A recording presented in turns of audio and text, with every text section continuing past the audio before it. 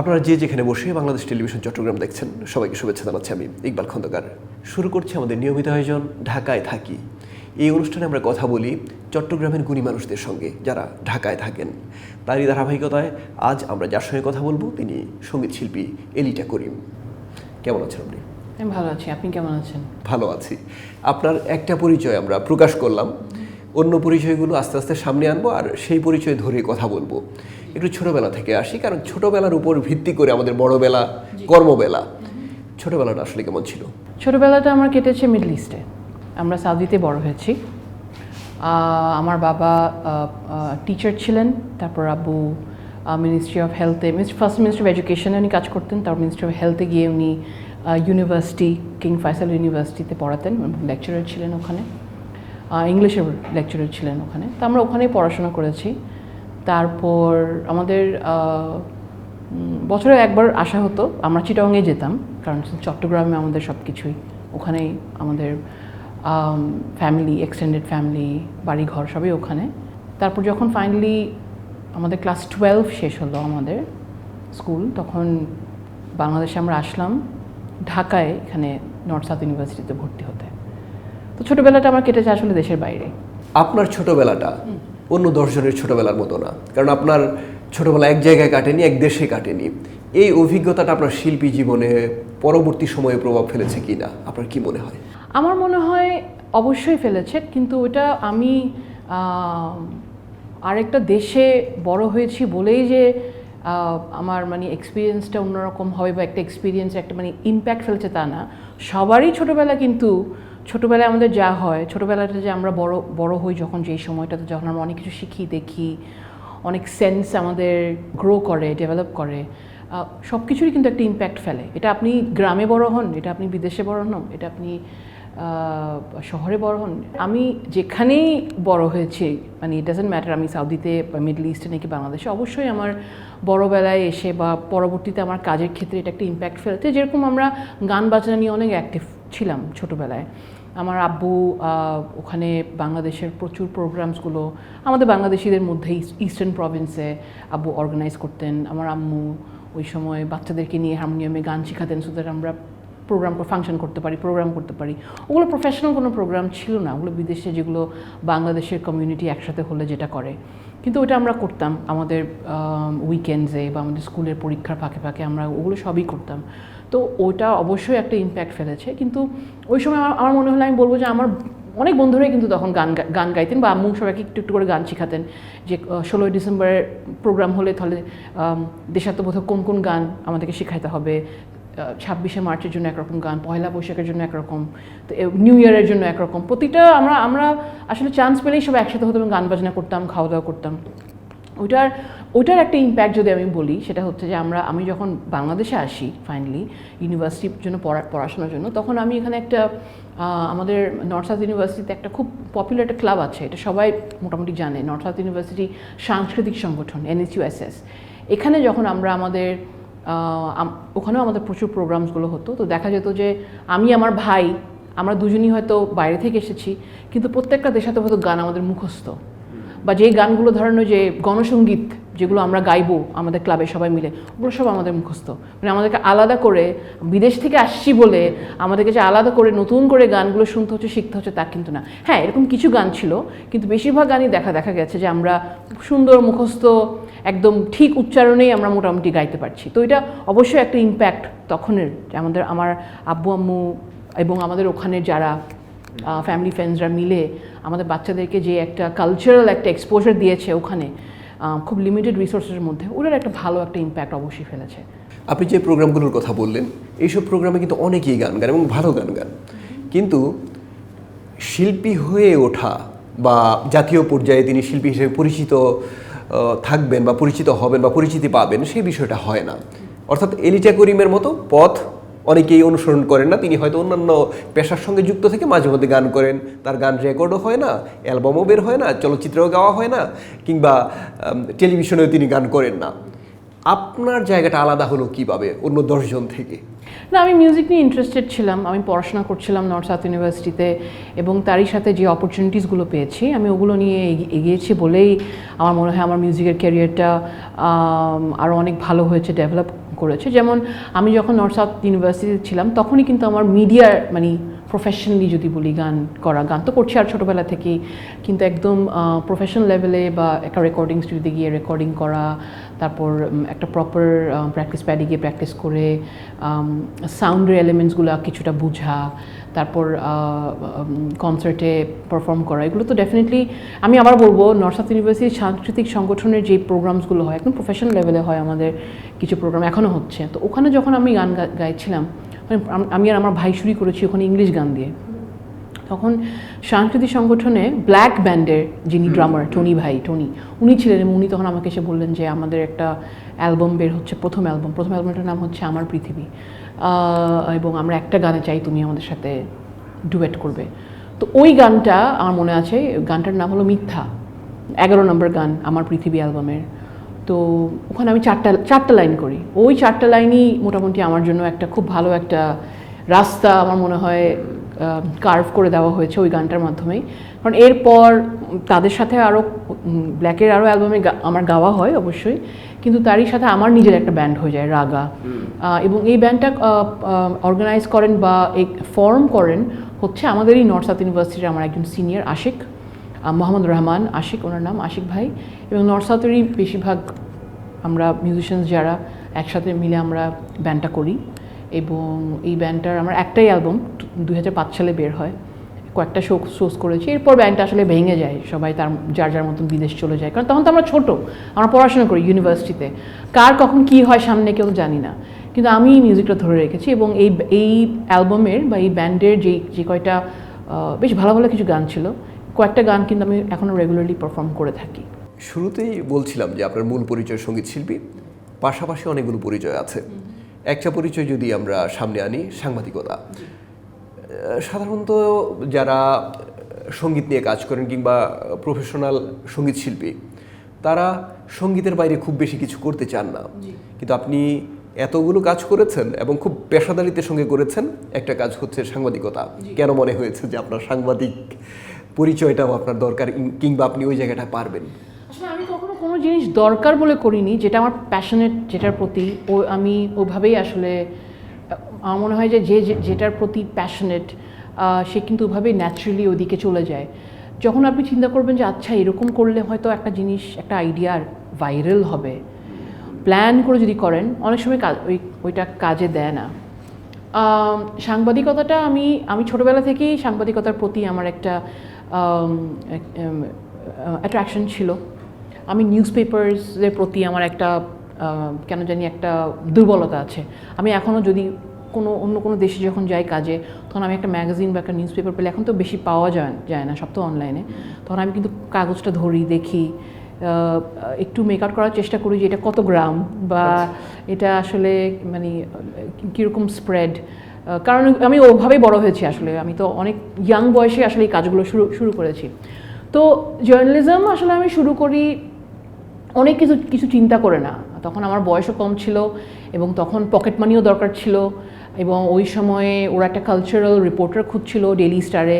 তখন আমি কেমনে করে আমাকে খুঁজে বের করা হয়। আমি আমার নর্থ সাউথ ইউনিভার্সিটি ড্রামা ক্লাবের সাথে মঞ্চনাটকও করেছি, ঢাকা ইউনিভার্সিটি নাটমণ্ডল দলের সাথে। আমাদের এখন একটা গ্রুপ আছে, আমি 3 বছর মঞ্চও করেছি আমি, ইনফ্যাক্ট একদম প্রফেশনাল মোটামুটি ওই লেভেলেরই। তো তখন যখন আমি করি, তখন ডেইলি স্টারের 1-2 ওখানে আসেন এবং আমাকে দেখেন, এবং আমাকে তখন পরে ফোন দিয়ে বলে যে তোমাকে আমরা মঞ্চে দেখেছি, এবং তুমি আমাদের এরকম একটা কালচারাল একটা পেজ হচ্ছে, এবং ওইটার এডিটর ছিল হচ্ছে পেজের সাদিয়া আফরিন মল্লিক, যিনি নজরুল। হ্যাঁ, তো ওনার আন্ডারে তুমি উড ইউ লাইক টু এখানে। আমি তো হ্যাঁ ঠিক আছে, হ্যাঁ আমাকে স্যালারি টাকা দিবেন, হ্যাঁ তাহলে আমি আছি। কারণ তখন তো আমি অনেক মানে ইয়াং তো, এবং আমার মনে হচ্ছে যে তাহলে কিছু পকেট মানি হলো আমার ভালোই। কিন্তু ওইটা যে আসলে 20 বছর টেনে, মানে আমি তারপর ওখানেই সাংবাদিকতা করতে করতে আরও ডিফারেন্ট রোলসে যাই। 2009-10 অনেক বছর আগে আমি একটা অ্যাওয়ার্ড পাই একটা আর্টিকেলের জন্য।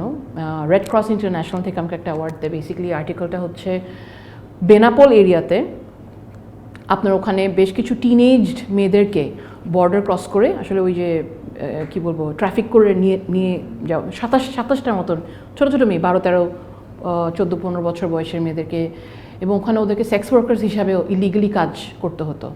তো বেনাপোল এবং ইন্ডিয়ার ওই দিকে বর্ডারে দুইটা এনজিও ওরা একসাথে ফরচুনেটলি ওদেরকে রেস্কিউ করে আনতে পারে বাংলাদেশে। তখন আমি যাই, আমি 3 রাত ছিলাম বেনাপোলে এবং মেয়েগুলোর সাথে কথা বলি, ওদের প্যারেন্টসদের সাথে কথা বলি, ওদের অভিজ্ঞতা নিয়ে কথা বলি, এনজিওর সাথে কথা বলি। ওটা নিয়ে আমি একটা স্টোরি লিখি। তো ওটার জন্য তারপর আমাকে একটা অ্যাওয়ার্ড দেওয়া হয়, রেড ক্রস ইন্টারন্যাশনাল অ্যাওয়ার্ড। আমার জার্নালিজমের এই কাজের সূত্রে কিন্তু আমি প্রচুর দেশ বিদেশে ঘুরি আমার জার্নালিস্ট হিসাবে, রুরাল কিছু জায়গায় যাওয়া। আমার মনে হয় যে আমি সাংবাদিক হিসাবে কিন্তু আমি অনেক আমার নলেজটা বাড়া, বাংলাদেশের ব্যাপারে, বাংলাদেশ নিয়ে আমার নলেজ আরও ভালো হওয়া, গ্রামে গঞ্জে গিয়ে মানুষের সাথে কথা বলা, ডিসেবিলিটি নিয়ে কাজ করেছি আমি বেশ কিছু। তো এগুলো কিন্তু আমি করতে পেরেছি বিকজ আমার জার্নালিজমের জন্য। তারপর ইভেন অ্যাজ এ মিউজিশিয়ানও আমি অনেকগুলো কাজ করেছি। গত বছর আমি কানাডা ট্যুর করলাম অ্যাজ এ মিউজিশিয়ান বাপ্পাদার সাথে। বিদেশেও আমি অনেক জায়গায় ঘুরেছি আমার গান নিয়ে, আমার জার্নালিজম নিয়ে। I think I am very blessed যে আমার এই কাজগুলোর জন্য আমি যতটুকু পেয়েছি আলহামদুলিল্লাহ, আমার মনে হয় যে ততটুকু আমি কখনো আশা করিনি। দুটো পরিচয় গেল, একটা হচ্ছে সঙ্গীত শিল্পী, আরেকটা হচ্ছে সাংবাদিকতা বা সাংবাদিক পরিচয়। আরেকটা পরিচয়, আপনি রেডিও জকি হিসেবে কাজ করেছেন। এটা একটু আলাদা করে বলতে হয় এই জন্য, যারা দেশের বাইরে বড় হয়েছে তাদের রেডিও টেলিভিশনে কথা বলার মতো চমৎকার বাংলা থাকবে খুব বেশি আমরা দেখি না, কোথাও না কোথাও একটা সমস্যা হয়। তো আপনার সেই সমস্যাটা যদি থাকতো তাহলে কিন্তু সেখানে কথা বলতে পারতেন না। মানে আপনার কখন গিয়ে মনে হয়েছে যে চমৎকার বাংলাটা আপনি বলতে পারেন বা আপনি গণমাধ্যমে কথা বলার মতো, মানে আপনার তো আত্ম উপলব্ধির একটা ব্যাপার থাকে। আসলে আমি রেডিওতে যে খুব অনেক ফোকাস করে কাজ করেছি তা না। আমি রেডিও ফুর্তিতে 2-2.5 বছর একটা শো করেছি as a guest RJ. Radio টুডেতে আমি কাজ করেছি জাস্ট একটা পার্টিকুলার ব্র্যাকের একটা প্রজেক্ট নিয়ে। ওটা উইমেন মানে মহিলাদেরকে নিয়ে একটা কাজ ছিল, রুরাল বাংলাদেশের মহিলাদেরকে নিয়ে একটা কাজ ছিল, ওটা ব্র্যাকের মাধ্যমে আমি করেছি। তো আমার কিন্তু প্রচুর প্রবলেম বাংলায় ওই সময় ছিল, আমার উচ্চারণে ঝামেলা ছিল এবং আমি খুব মিক্সড ধরনের একটা ভাষা বলতাম, ইংরেজি বাংলা, মাঝখানে কোনো হিন্দিও ঢুকে যেত, কারণ আমি একটা মাল্টিকালচারাল একটা এনভায়রনমেন্টে বড় হয়েছি। তো আবার আমি চিটাগোনিয়ান বলে আমার বাসায় ধরেন মানে শুদ্ধ বললেও বা ধরেন বাংলা বললেও যেটা হয় যে কিছু কিছু শব্দ আছে আমাদের চিটাগংয়ের যেটা মানে খুবই ক্যাজুয়ালি ইউজ করা হতো আর কি। যেমন ধরেন কথার কথা আমি একটা এক্সাম্পল দিই, আখ যেটা সুগার কেন, ওইটা আমরা বলি কুইশেল। কুইশেল যে একটা বাংলা শব্দ না, এটা তো চাটগাঁয়ের শব্দ, এটা আমি অনেক বড় হয়ে যান বুঝতে পেরেছি। আমি হয়তো নর্মালি কোথাও গিয়ে বলি কুইশেলের জুস হবে, কিন্তু কুইশেল কি, এটা তো আসলে আখের জুস হবে নাকি, তাই না? তো এরকম অনেক শব্দ দেখা যেত আমরা বাসায় ক্যাজুয়ালি ইউজ হচ্ছে চিটো। তো অনেক একটা মিক্সড আমার একটা অভ্যাস ছিল, একটা অবস্থা ছিল। কিন্তু আমি যখন গান শুরু করি তখন গানের সাথে আমার প্রচুর জিঙ্গলের কাজ করতে হতো। তো জিঙ্গলের কাজ যখন করতাম তখন আমার যে মিউজিক ডাইরেক্টররা ছিলেন তারাই আমাকে বলতেন যে তোর প্রোনাউন্সিয়েশন ঠিক নেই, উচ্চারণ ঠিক নেই, ঠিক কর। যখন বাচ্চু ভাই খুব বলতেন, আয়ুব বাচ্চুর সাথে আমার প্রচুর কাজ হয়েছে, উনি বলতেন যে তুই জিঙ্গল গাইবি। আমি যখন জানতে পারি তখন আমি এক্সট্রা কাজ করছি, তোর উচ্চারণগুলো ঠিক করব। এইটা একটা আমি বলবো, আমাকে বলে বলে ঠিক করানো হয়েছে।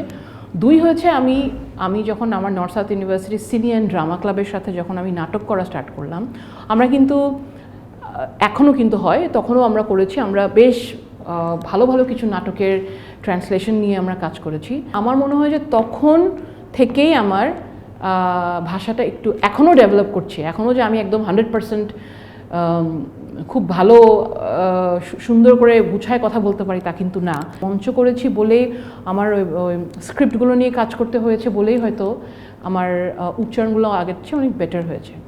আর যে ব্যাপারটা সেটা ওই সময় না মানে ওরা ভাষা নিয়ে যে খুব একটা মানে চিন্তা ছিল তা না, মানে কী টাইপের ভাষা আমি ইউজ করবো, ওটা মোর অফ মানে রেডিও কন্টেন্ট নিয়ে যে কী টাইপের কারণ আমি ইয়াং মানুষদের সাথে কাজ করছিলাম, আমার গেস্ট হতো ইয়াং ইউনিভার্সিটি ছেলেমেয়েরা যারা নতুন নতুন মানে ইনোভেশন নিয়ে আসতো, তো তাদের সাথে কথা বলতে হতো। এবং আমি টেলিভিশনে অ্যাঙ্কারিংও করেছি, টেলিভিশনে বা স্টেজে প্রচুর প্রোগ্রাম ইভেন্ট।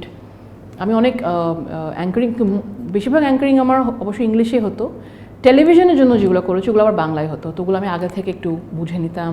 কিছু কিছু শব্দ যেগুলো ধরেন একটু কঠিন, কিন্তু আমাকে এগুলো ইউজ করতে হবে, ওগুলো আগে থেকে মানে আমি একটু প্রিপেয়ার করতাম নিজেকে। কাজের কথা তো হচ্ছেই, আপনার নানা পরিচয় নিয়েও কথা হচ্ছে, তবে তার বাইরেও আরেকটা পরিচয় আমাদের থাকে, যে সাংসারিক পরিচয়। এই অনুষ্ঠান, অর্থাৎ ঢাকায় থাকি অনুষ্ঠানের একটা পর্বে অতিথি হয়েছিলেন আশফাক নিপুণ, যিনি আপনার জীবনসঙ্গী। তিনি বলেছিলেন যে আপনার সঙ্গে কিভাবে পরিচয়, কিভাবে সংসার জীবন যাপন। তবু আপনার মুখ থেকে তো একটু শুনতে চাই, কারণ সংসারটা তো দুইজনেরই, একটু শুনতে চাই তার সঙ্গে, বিশেষ করে তার সঙ্গে পরিচয়, তারপর বিয়ে পর্যন্ত যাওয়া। তার সাথে পরিচয় আমার 2010 সালে আশফাকের একটা সিরিজ মুকিম ব্রাদার্স, ওটার একটা লঞ্চিং ইভেন্টে তার সাথে আমার পরিচয় হয়। তারপর মুকিম ব্রাদার্স আবার আমি পরবর্তীতে আবার 3টা এপিসোড অ্যাক্টিংও করি ওখানে, মানে কাজও করি ওখানে জাস্ট অ্যাজ এ গেস্ট। মজার ছিল কাজটা।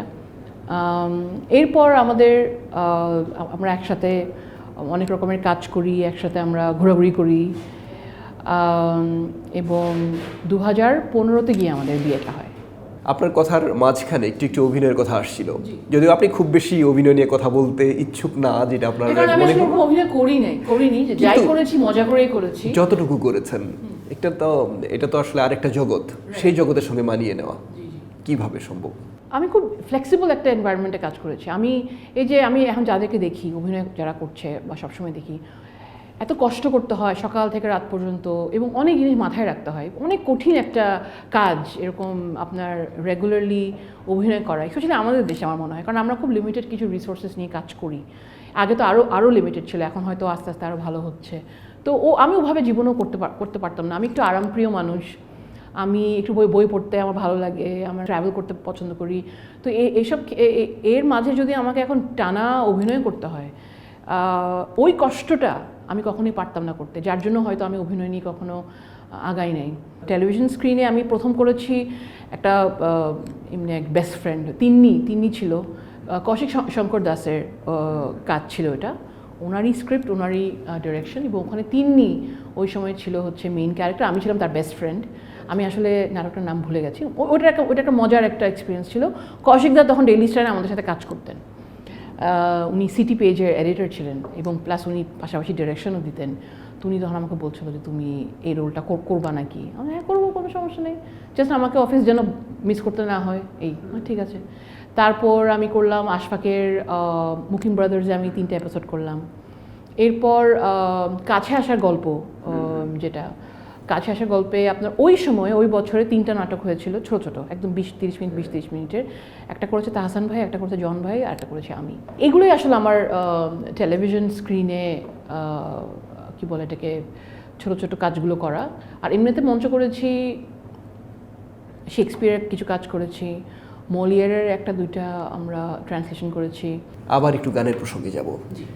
আপনি আপনার সমসাময়িক যারা ছিল, বিশেষ করে আপনার সঙ্গে মঞ্চে গান গাইতেন, তাদের থেকে আলাদা তখনই হলেন যখন আপনার গান রেকর্ড হওয়া শুরু হলো।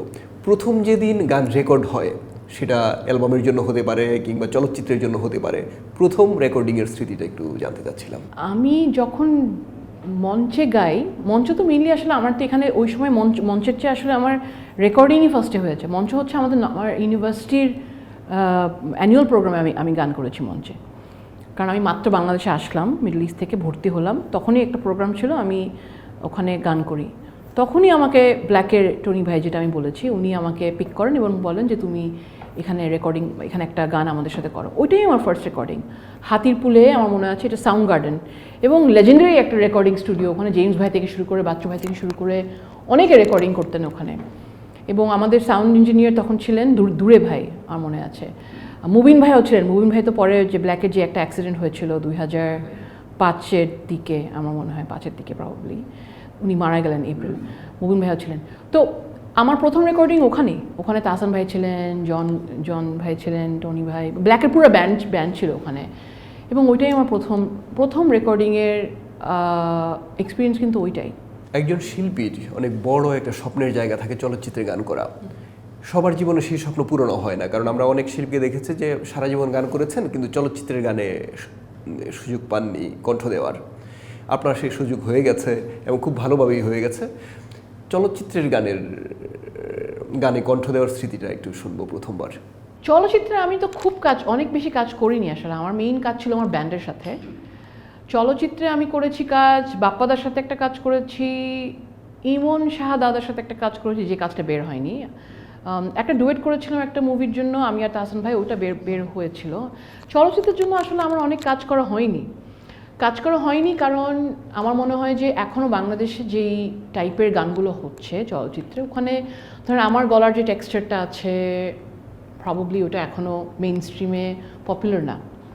এখনও ধরেন একটু সুন্দর যেই ভয়েসগুলো, যেমন ধরেন ন্যান্সির গলা কিন্তু খুব সবাই বলে যে চলচ্চিত্রের জন্য একদম ফিট, বা আমাদের কণা আছে, কুনাল আছে, তাদের কিন্তু একটা খুব সুইট একটা টেক্সচার আছে, যেটা এখনও আমাদের দেশে কিন্তু ওটা অ্যাকসেপ্টেড। চলচ্চিত্রে যে আমি খুব একটা গান করেছি তা কিন্তু নয়, এই দুই তিনটাই কিন্তু করা হয়েছে আমার। সময় সামনে আছে, কারণ ধারা তো পরিবর্তন হয়। কখনো হয়তো আপনি যেই ধারার গান করেন কিংবা আপনার কণ্ঠটা যেই ধরনের, সেই ধারাটা চলে আসবে সামনে। অবশ্যই, যেমন আমার মেইনলি কাজ করা হয়েছে ইন্ডিপেন্ডেন্ট প্রজেক্টগুলোতে, আমার বেশি কাজ করা হয়েছে। আমার ব্যান্ড নিয়ে কাজ করা হয়েছে অনেক, আমার স্টেজ শোজ করা হয়েছে হয়তো অনেক বেশি। চলচ্চিত্র থেকে যে অন্য যে অল্টারনেটিভ যে স্পেসগুলো আছে আমাদের দেশে, আমার ওখানে বেশি কাজ করা হয়েছে। সাম্প্রতিক সময়ের কাজ নিয়ে কথা বলি। কিছুদিন আগে জয় শাহরিয়ারের সঙ্গে আপনার একটা গান রিলিজ পায়। আমরা ভিডিওটা দেখেছি, একটু অন্যরকম, মানে সম্ভবত এটা কি? হ্যাঁ, অ্যানিমেশন। তো এই কাজটা সম্পর্কে একটু জানবো। জয়ের সাথে আমার আগেও কাজ হয়েছে। ইনফ্যাক্ট জয়ের একটা গান, আমি কি গানটা হচ্ছে আকাশ নিয়ে একটা গান, আমি টাইটেলটা ভুলে গেছি, আরও অনেক আগে। ওইটার জন্য আমি একটা অ্যাওয়ার্ডও পেয়েছি, চ্যানেলায় মিউজিক অ্যাওয়ার্ডও পেয়েছি আমি। জয়েরই লেখা, জয়েরই সুর করা। এবং যে গানটা নিয়ে আপনি এখন বলছেন, তো হচ্ছে বারান্দাতে বিকেলবেলা, খুব সুইট একটা গান, খুব সুন্দর একটা গান, এবং এই গানটা অনেকে পছন্দও করেছে। জয়ের লেখা এবং সুর করে, এবং জয়ের সাথে আমার অনেক কাজও হয়, অনেক প্রজেক্টসেও কাজ হয়। আমার ওর সাথে কাজ করে আমি অনেক কমফোর্টেবল। ওর সুর এবং লেখাগুলো আমার খুব পছন্দ। ব্যান্ডের প্রসঙ্গ আসছিল, আপনার ব্যান্ড বিশেষ করে, তো সেখানে খুব বেশি দিন হয়তো কাজ করা হয়নি সেই জায়গাটায় আপনার, মানে একবার ব্যান্ড গঠন করে তারপর দীর্ঘদিন ধরে চালানো, আমাদের দেশে প্রতিষ্ঠিত যে ব্যান্ডগুলো আছে সেই ব্যান্ডের সঙ্গে পাল্লা দিয়ে, মানে একটু অনিয়মিত কেন সেই জায়গাটায়? কারণ আমার ব্যান্ড ভেঙে গেছে, আমি যেটা বললাম তখন প্রথম দিকে, আমার ব্যান্ড রাগা ভেঙে গেছে, এবং যে যার মতন দেশের বাইরে চলে গেছে বা চাকরি বাকরি শুরু করেছে, যে যার মতন ওদের নিজের লাইফ তাদের মতন করে লিড করছিল। এর জন্য আমার ব্যান্ড রাগা, যেটা বেশ পপুলার হয়েছিল, এখনও বেশ পপুলার, ওইটা রাগা অনেক দিন চলেনি। কিন্তু রাগা বাদে কিন্তু আমি যে টাইপের গান করেছি, যাদের সাথে পারফর্ম করছি, যারা আমার সাথে পারফর্ম, তারা কিন্তু কোনো না কোনো ব্যান্ডেরই, আমার টিম যাদের সাথে আমি কাজ করি, তারা কিন্তু ওই রক পপ মিউজিক বানিয়ে বা বাজিয়ে বা ওই স্টাইলের পারফরমেন্স করেই কিন্তু অভ্যস্ত। আমিও কিন্তু ওই টাইপের গানগুলোই করছি এবং তাদের সাথেই করছি গান। শুরুতে যেই প্রসঙ্গটা আসছিল আপনার শৈশব, সেখানে দুইজন মানুষ খুব গুরুত্বপূর্ণ আমাদের শৈশবে, বিশেষ করে। বড় হলে তো নানা মানুষের সঙ্গে আমরা সম্পৃক্ত হই, কাজের ক্ষেত্রে কিংবা বৈবাহিক সূত্রে, কিন্তু ছোটোবেলা যে দুইজন মানুষ আমাদের ছায়া দেন, বাবা মা, সে বাবা মা সম্পর্কে খুব বিস্তারিত জানা হয়নি, একটু জানবো আপনার বাবা মা সম্পর্কে। আমার বাবা, উনি ইংলিশের টিচার ছিলেন এবং উনি 1978-এই সৌদি আরবিয়া চলে যান ওনার বিয়ের আগে। তারপর আমার আব্বুর নাম মোহাম্মদ নুরুল করিম, আমার আম্মুর নাম দিলরুবা বেগম। ওনারা দুজনই একই গ্রামের। আমার গ্রামের নামটা একটু বলি, আমার গ্রামের নাম হচ্ছে উত্তর মাদারসা, হাটাজারি। এবং আমার দাদা নানা দুজনই, দাদার বাড়ি নানার বাড়ি দুটাই উত্তর মাদারসা হাটাজারির, চিটংয়ে। এবং আমার নানা, বিকজ উনি গভর্নমেন্ট পজিশনে ছিলেন, উনি এসডিও ছিলেন যখন মারা যান তখন।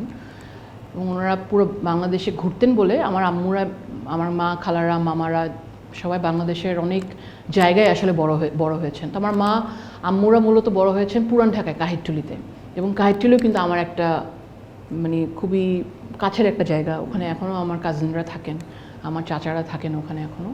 আমার বাবা, উনি এবং আমার আম্মু আমার জন্মের আগেই বিয়ে করে তারা সৌদিতে ওরা মিডল ইস্টে গিয়ে তারা সেটেলড হন এবং অবভিয়াসলি আমি তাদের প্রথম সন্তান। তো প্রথম সন্তান বাংলাদেশে হবে বা চিটাগংয়ে হবে সবার আত্মীয় স্বজনদের মাঝে। তো ওই সময়টা আমি যখন মানে ভ্যাকেশনের সময় বা ওই পার্টিকুলার সময় যখন আমার জন্ম হবে তখন তারা চিটাগংয়ে ছিলেন। আমার জন্ম হওয়ার পর 2.5 মাসের মধ্যে আমাকে নিয়ে গেল সাউদিতে। ওখানে অলরেডি তারা সেটেলডই ছিলেন ওখানে অলরেডি। তো ওখানে আমার আব্বু একদম লাস্ট 2010 সাল পর্যন্ত আব্বু উনি ইংলিশ পড়িয়েছেন। প্রথমে যেটা বললাম উনি মিনিস্ট্রি অফ এডুকেশনে ছিলেন সৌদি আরবিয়াতে, তারপর উনি মিনিস্ট্রি অফ হেলথে উনি শিফট করেন এবং কিং ফয়সাল ইউনিভার্সিটিতে, যেটা মনে হয় এখন শিফট হয়ে নাম হয়েছে দাহারান ইউনিভার্সিটি, উনি ওখানে পড়াতেন। ওখান থেকে আব্বু রিটায়ার করেছেন এবং বাংলাদেশে যখন উনি চলে আসেন রিটায়ারমেন্টের পর উনি পুরো 1 বছর থাকতেও পারেননি। 2011 সালেই উনি মারা যান। ওনার একটা অনেক রকমের ইস্যুস হয়েছিল। তো যাই হোক, আমাদের ওখানে লাইফটা আসলে ওইটাই তো আমাদের প্রথম হোম।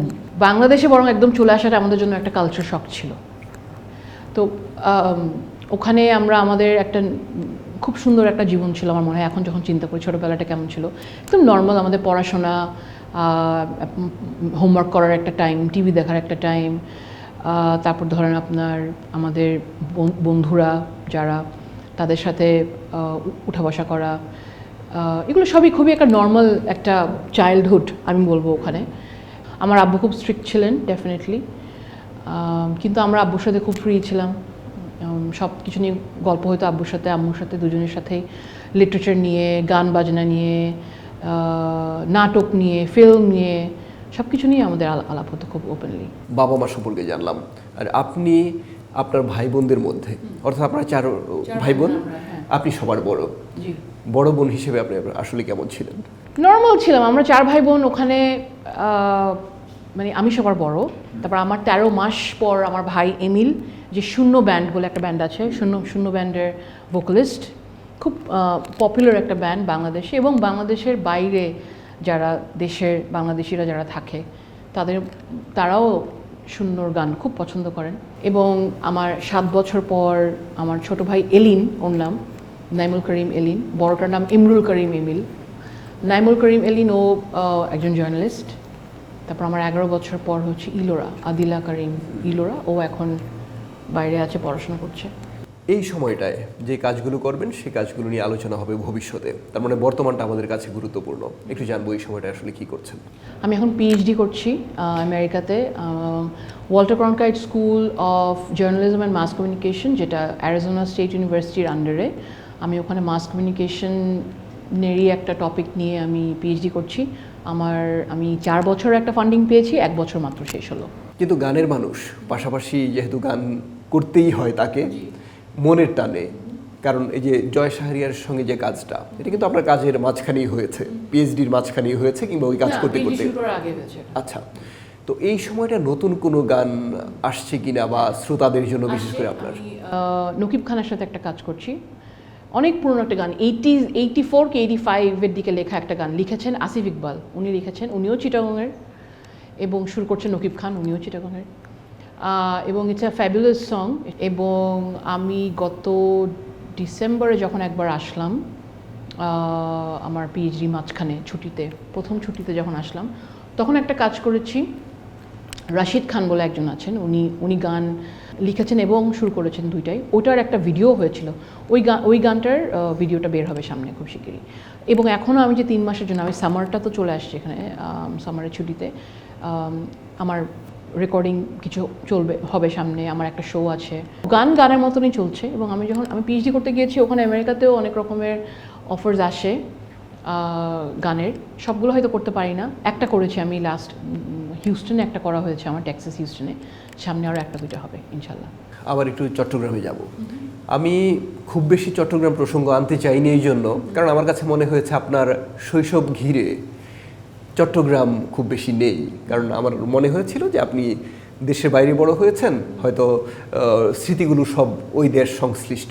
কিন্তু আপনার কথা শুনে মনে হয়েছে চট্টগ্রামকে আপনি যেভাবে ধারণ করেন, সেই শৈশবটা চট্টগ্রামে কাটানোর মতো করেই। আপনার গ্রামের নাম একটু আগেই বললেন। এখন একটু জানবো যে এখন বা এই সময়টায় বড় হয়ে যখন চট্টগ্রামে যান পরিস্থিতিটা কীরকম হয়, ছোটবেলায় যাদের দেখেছেন আপনার বয়সী তাদের সঙ্গে দেখা হলে কী ধরনের কথাবার্তা হয়? চট্টগ্রাম আমি রেগুলারলি যাই, তো ওইটা না যে ছোটোবেলায় যাদেরকে দেখেছি তাদেরকে অনেক বছর পর আহা ওরা অন্যরকম হয়ে গেছে তা কিন্তু না, তাদেরকে আমি সবসময় দেখছি। আমার এই যে কয়েকদিন আগে আমি চিটং থেকে ফেরত আসলাম, আমি আগামী মাসে আবার যাবো চিটংয়ে। আমি গ্রামে যাই, আমাদের গ্রামে আমার যাওয়া হয়, কারণ আমাদের গ্রামেই আমার আব্বুকে ওখানে আমাদের ফ্যামিলি একটা ছোট একটা স্পেস আছে কবরস্থান, ওখানে আমার আব্বুর কবর আছে, তো ওখানে যাওয়া হয়। আমার নানার বাড়িও ওখানেও যাওয়া, ওখানে একটা ছোটো একটা বাড়ি আছে, ওখানেও যাওয়া হয়। তো আমরা মিডল ইস্টে ছিলাম এবং বছরে একবার হয়তো 1-1.5 মাসের জন্য আমরা বাংলাদেশে আসতাম, এবং চট্টগ্রাম আর ঢাকা মানে ভাগ করেই আমাদের থাকা হতো। চট্টগ্রামে যখন থাকতাম ওদের গ্রামেও যাওয়া হতো। এটা খুবই রেগুলার একটা অ্যাক্টিভিটি আমার জন্য। ওখানে আমার চাচারা, আমার ফুপিরা, আমার খালারা সবাই থাকেন ওখানে, আমার কাজিনসরা সবাই আছে। আমার কাজিনদের এখন বাচ্চা কাচ্চা হয়ে গেছে, পিচি কাজিনদের এখন বিয়ে শাদী হচ্ছে, তো খুবই নর্মাল এই ব্যাপারটা আমার যাওয়া। একটু আগে যে প্রশ্নটা ছিল সেটা ছিল যে আপনার বন্ধুদের সঙ্গে দেখা হলে কী ধরনের কথাবার্তা হয়।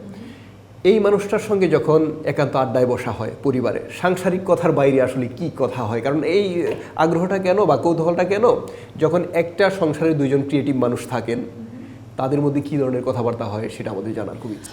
আমার মনে হয় খুব নর্মাল কথা হয়। এইটা আমাকে অনেকেই প্রশ্ন করে থাকে আসলে, যে কি তুমি কি সারাক্ষণ গান গাও, বা উনি কি সারাক্ষণ স্ক্রিপ্ট আসলে ওরকম কিছু না, নাটক। ও নেক্সট কি কাজ করছে আমি জানি যে ও কাজ করছে হয়তো কোনো একটা, বিকজ সে বিজি লিখছে, বাট ওই কাজের ব্যাপারে আমি কিছু জানি না, স্টোরিটা আমি জানি না, তার প্রডিউসাররা জানে, আমি হয়তো জানি না। আমার সাথে ওইভাবে শেয়ার করা হয় না, কারণ তার লেখার বা ক্রিয়েট করার পদ্ধতিটাই ওরকম। এবং আমি যখন কোনো কাজ করে থাকি, কোনো একটা গান, ওটা প্রথম কোনো একটা ডেমো আসলে আমি ওকে পাঠিয়ে দিই, হোয়াটসঅ্যাপে পাঠিয়ে দিই, হয়তো সে শুনে এবং ওটার একটা হয়তো কনস্ট্রাকটিভ কোনো একটা কমেন্ট করে। বাট তাছাড়া কিন্তু আসলে আমার মনে হয় না আমাদের খুব একটা কাজ নিয়ে কথা হয়। এখন যেরকম আমি সিন্স সামারের জন্য আমি আসছি, 3 মাসের জন্য আসছি, তো এখন হচ্ছে মেনলি এই কয়েকটা মাস যে আমি আছি কী করা যায়, যেগুলো আমি সব মিস করি, কোথায় খাওয়া যায়, কাদের সাথে আড্ডা মারা যায়, কোনো সুন্দর জায়গা যাওয়া যায় নাকি, তারপর বৃষ্টি পড়লে কোথায় আছে না যে কোনো একটা জায়গায় গিয়ে সুন্দর ছবি তুলে যায়। তারপর আমাদের আরও অনেক বন্ধুরা যারা বাইরে থাকে তারা আসছে, তাদের সাথে দেখা করা। আমার মনে খুব নর্মাল একটা লাইফ ওর আর আমার, আশফাকের আর আমার। আমি যদি এই মুহূর্তটা নিয়ে যদি বলি, এই এখন যেভাবে আমরা, কারণ এখন তো আমি বেশিরভাগ আমেরিকাতে থাকি আর ও এখানে থাকে, তো আমি যখন ফেরত আসলাম, এখন আমি ডিসেম্বরেও একবার আসলাম, এবারও আমার আসা হলো, তখন ওরকমই যে আসলে আমি খুব মিস করি এই জিনিসটা, চলো ওটা করি, একসাথে গিয়ে করি, একটা মুভি দেখলাম, হয়তো একটা বাংলা মুভি, বাংলাদেশের কত ভালো ভালো মুভিজ বের হচ্ছে, একসাথে দেখলাম, এরকমই। চট্টগ্রামে আপনি নিয়মিত যান, যেটা আপনার কথা থেকে আমরা জানলাম। তারপরেও এমন তো কিছু ব্যাপার থাকে যেগুলো আপনার জন্মস্থান, আপনি বারবার দেখেছেন, খুব সাধারণ ব্যাপার, কিন্তু তবু আলাদা। একটা সময় যখন চোখ বন্ধ করা হয় মনে হয়েছে চট্টগ্রামে জন্মগ্রহণ না করলে, কিংবা চট্টগ্রাম আপনার জন্মভূমি না হলে হয়তো ওই দৃশ্যগুলো দেখা হতো না, এমন কিছু যদি আমাদের শোনান যেটা আলাদা একেবারে। আমি একটা জিনিস বলবো যে চট্টগ্রামে আসলে যারা থাকেন, হ্যাঁ, আমার কাজিনসরা যদি বলি, বা যারা আমার ফ্যামিলির যারা বা ফ্যামিলির বাইরে যারা, তারা কিন্তু খুব লাকি, এবং অনেকে কিন্তু এটা রিয়েলাইজ করে না। চট্টগ্রাম এমন একটা জায়গা, এখানে পাহাড়ও আছে, নদীও আছে, সাগরও আছে, এবং প্রচুর ভিতরে কিন্তু অনেক হিস্ট্রি আছে। আমার মনে হয় অনেক হিস্ট্রি আছে ভেতরে, এবং আমার হিস্ট্রি খুব ভালো লাগে। আমি আনফর্চুনেটলি এখনও সব কিছু এক্সপ্লোর করতে পারিনি, কারণ যখনই চট্টগ্রাম যাই তখনই দেখা যায় যে আমার ফ্যামিলির সাথে দেখা করতে হচ্ছে। আমার একজন দাদু, আমার ছোট দাদু, আমার আব্বুর ছোট চাচা, উনি গেলে ওনার সাথে দেখা হয়, ওনার সাথে অনেক গল্প টল্প হয়। তারপর আমার নানু বাড়িতে যেতে হয়, ওখানে গল্প করতে হয়। আমার বড় চাচা বাসায়, আমার খালাদের বাসায়, আমার কাজিনরা যারা, মানে সবার সাথেই ওই দেখা করতে করতেই, আড্ডা মারতে মারতে আমার 1 সপ্তাহ চলে যায়। কিন্তু আমার খুব ইচ্ছা যে আমি একদিন এরকম হবে যে আমি অনেক টাইম নিয়ে যাব, টাইম নিয়ে গিয়ে আমি ওখানে যে মন্দিরগুলো আছে, যে বুদ্ধিস্ট টেম্পলসগুলো আছে, ওগুলো আমি এক্সপ্লোর করার আমার খুব ইচ্ছা। তারপর ওখানে ভিতরে কিন্তু মানে চট্টগ্রামের পুরান যেই ওল্ড, আমরা বলি না ওল্ড ঢাকা, পুরান ঢাকা, এরকম পুরান চট্টগ্রামের ওখানে কিন্তু সুন্দর সুন্দর অনেক আর্কিটেকচার আছে, হ্যাঁ, অনেকগুলো বাড়ি আছে পুরান পুরান, যেগুলো আমার কাউকে নিয়ে গিয়ে যে জানে এসব ব্যাপারে, কোনো একজন গাইড হোক বা কেউ হোক, তাদেরকে নিয়ে ওখানে গিয়ে একটু দেখা ভালো করে। আমি ওয়ার সেমেট্রিতে গিয়েছি অনেকবার, কিন্তু ওয়ার সেমেট্রির মতন যে এত সুন্দর একটা হিস্টোরিক্যাল একটা জায়গা চিটংয়ে আছে, এটা অনেকে জানে না। ঢাকার আমি কাউকে যদি বলি যে তোমার চিটং যাচ্ছে, ওয়ার সিমেট্রি ঘুরে এসো, ওটা এত সুন্দর মেনটেনেন্স, মানে ওটা মেনটেন করাও, যারা মেনটেন করছে এত সুন্দর করে করছে যে ওখানে অনেকে কিন্তু ছবি টবিও তুলছে, মানে এটা সুন্দর একটা হ্যাপি একটা জায়গা ওইটা ওয়ার সিমেট্রি। আরও অনেক সুন্দর সুন্দর জায়গা আছে, আমি ওয়ার সিমেট্রি বলছি পুরো একটা ট্যুরিস্টের মতন কথা বলছি আসলে আমি, কিন্তু চট্টগ্রাম শহরটা কিন্তু আসলেই অনেক সুন্দর, এবং টাইম নিয়ে যদি কেউ যায় ওখানে, ওই ট্যুরিস্টিক একটা জায়গা ছাড়া, এরকম গেলে সবাই পতেঙ্গাতে যায় হয়তো, বা এরকম কয়েকটা জায়গা ছেড়ে যদি আরেকটু এক্সপ্লোর যদি কেউ করতে পারে, আমার মনে হয় যে তারাই অনেক মানে বেনিফিটেড হবে, যে এত সুন্দর একটা জায়গায় গিয়ে আমরা এত ভালো ভালো জায়গায়, এত একটা রিচ একটা হিস্ট্রি আমরা এক্সপিরিয়েন্স করতে পারছি। তো আমার মনে হয় যে আমিও আসলে ট্যুরিস্টের দলেই, যদিও আমি চট্টগ্রামের, আমি ট্যুরিস্টের দলে, কারণ আমি টাইম পাই না এসব জায়গায় যাওয়ার। তো আমার ইচ্ছা হচ্ছে আমি একবার যাব, গিয়ে আমি 2 সপ্তাহ 3 সপ্তাহ থাকবো, কোনো আত্মীয়স্বজনের বাসায় যাব না, শুধু এইগুলো দেখব, শুধু এই জায়গাগুলোকে আমি এক্সপ্লোর করব। একটা প্রশ্ন দিয়ে শেষ করি, আপনার যে দীর্ঘ সাংবাদিকতার জীবন, বা আপনি লম্বা একটা সময় ধরে সাংবাদিক ছিলেন, সেখানে আবার ফেরার ইচ্ছা আছে কিনা? অবশ্যই ফেরার, আমি তো পিএইচডি করছি মাস কমিউনিকেশনস নিয়ে, হয়তো জার্নালিজম সেই অর্থে না, আমি তো আসলে ফিল্ড ওয়ার্ক করেছি অনেক বছর করেছি ফিল্ড ওয়ার্ক, তারপর আমি হেড অফ দ্য ডিপার্টমেন্ট হয়ে গেছি, ওয়ান অফ দি এডিটর, অনেকগুলো এডিটরের মধ্যে একজন এডিটরও ছিলাম। কিন্তু মাস কমিউনিকেশন নিয়ে আমি যে কাজগুলো করছি, যে রিসার্চগুলো করছি, আমার ইচ্ছা আছে বাংলাদেশে ফেরত এসে যদি আমি কিছু করতে পারি জার্নালিজম ফিল্ডে, একটু অন্যরকম করে কিছু যদি করতে পারি, রিসার্চের কাজ করে যদি আমরা অন্যরকম কোনো একটা ধারা বা অল্টারনেটিভ স্পেসে যদি কিছু কাজ করতে পারি, আমি এখনও জানি না কি, কিন্তু আমি দেখলাম বিদেশে মাস কমিউনিকেশন বা জার্নালিজমের ফিল্ডে অনেক রকমের কাজ করা হয় আসলে, ওগুলোকে যদি আমরা একটু এক্সপ্লোর করতে পারি তাহলে খুব ভালো হয়, এবং আমার ইচ্ছা আছে এই ফিল্ডে কাজ করার। আমরা তো অনুষ্ঠানের শেষ পর্যায়ে চলে এসেছি, আপনি যাদের মানুষ, সেই চট্টগ্রামবাসী, তাদের জন্য যদি কিছু বলেন। আমি যারা দেখছেন, আমি জানি আমার পরিবারের অনেকে হয়তো দেখছেন, এবং আমি চট্টগ্রামে যারা দেখছেন, আমি আবার আপনাদের সবাইকে বলতে চাই যে আপনারা অনেক অনেক লাকি যে আপনারা এত সুন্দর একটা জায়গায় থাকেন। চেষ্টা করব সবাই মিলে চট্টগ্রামটাকে যদি আরও একটু সুন্দর করতে পারি, আমরা যদি আরও যে জায়গাগুলো আছে, ট্যুরিস্ট স্পটস যেগুলো আছে, ওগুলোকে আরও সুন্দর করে রাখা, পলিসিস বিল্ড করা, সো দ্যাট ওই জায়গাগুলোতে বাংলাদেশ এবং বাংলাদেশের বাইরে সবাই যারা যারা আছে তারা এসে আমাদেরকে ভিজিট করবে চট্টগ্রামে, এটাই আমার চাওয়া। এবং চট্টগ্রামে গেলেই খুব ভালো লাগে, এবং আমি বলতে চাই আপনাদের সবাইকে, আমাকে দেখলেই রাস্তাঘাটে যদি দেখেন চট্টগ্রামে বা রিক্সায় যদি দেখেন, প্লিজ আমার সাথে এসে কথা বলবেন, একটু হ্যালো বলবেন, আমার খুব ভালো লাগবে। তাহলে দর্শক, এতক্ষণ আমরা ছিলাম ঢাকায় থাকি অনুষ্ঠানে, আর ছিলাম সঙ্গীত শিল্পী এলিটা করিমের সঙ্গে। আজকের মতো শেষ করব অনুষ্ঠান। আগামী পর্বে চট্টগ্রামের আরও একজন গুণী মানুষকে নিয়ে হাজির হয়ে যাব আমি, ইকবাল খন্দকার। সেই পর্যন্ত সবাই ভালো থাকবেন, সুস্থ থাকবেন, অবশ্যই বাংলাদেশ টেলিভিশন চট্টগ্রাম কেন্দ্রের সঙ্গে থাকবেন। আল্লাহ হাফিজ।